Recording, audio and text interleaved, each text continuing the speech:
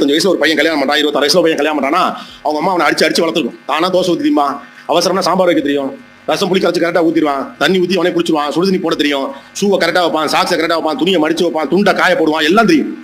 அவனை கல்யாணம் பண்ணி கொடுத்தோன்னே அவனை கவனிக்கிறேன் பேர் வழின்னு சூடா தோசை ஆக்கி கொடுக்குறது, இட்லி சட்டிலேருந்து இட்லி எடுத்து ஊட்டி விடுறது, வெளியில போகும்போது டாட்டா காட்டுறது, ஹெல்மெட் எடுத்து கொடுக்குறது, முடிஞ்சா ஒரு முத்தம் கொடுத்து அனுப்பி வைப்பது, இப்படி பழக்கிறது. பழக்கி முடிச்சுட்டு ஒரு 2 வருஷம் ஒரு புள்ள பிறந்த உடனேயும் அது வரைக்கும் எல்லாமே அவனுக்கு தெரியும். அவனை பக்காவா ட்ரெயின் ஆக்கி கொண்டாந்து கல்யாண மெட்டீரியலா கொண்டாந்து நாங்கள் நிறுத்திருப்போம்.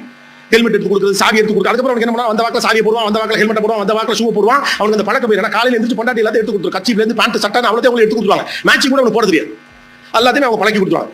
அடுத்து ஒரு குழந்தை வந்த உடனே முதல் விரிசல் அங்கிருந்து தொடங்கும். அப்ப என்ன ஆரம்பிக்குதுன்னா, ஒரு கட்டத்தில் உங்களை அறியாமல் நீங்க வழக்கமாக பேசிக் கொண்டு சிரித்து கொடுத்தா அப்படியே குறைய ஆரம்பிக்கும். சூடா இட்லி தின்னு இருந்தவன் வெளியில எங்க என்ன இதுன்னு தெரியல, ஹெல்மெட் எங்க இருக்குன்னு தெரியல, சாவி எங்க இருக்குன்னு பழகியாச்சு. இப்ப அதுக்கிட்ட ஹெல்மெட் எங்க இருக்கலாம், ஹெல்மெட் வச்சிருக்கலாம் இருக்கும். இதே பழப்பு உங்களுக்கு, நான் ஒழுங்கா தாண்டி வச்சிருந்தேன், நீ தான் வாங்கி ஒரு இடத்துல வச்சேன், சாவி கொடுத்த தொலைச்சேன், இதே தொலைச்சிங்க, என்ன உங்க அம்மா புள்ள வளர்த்துருக்காங்க, என்ன ஒழுங்கா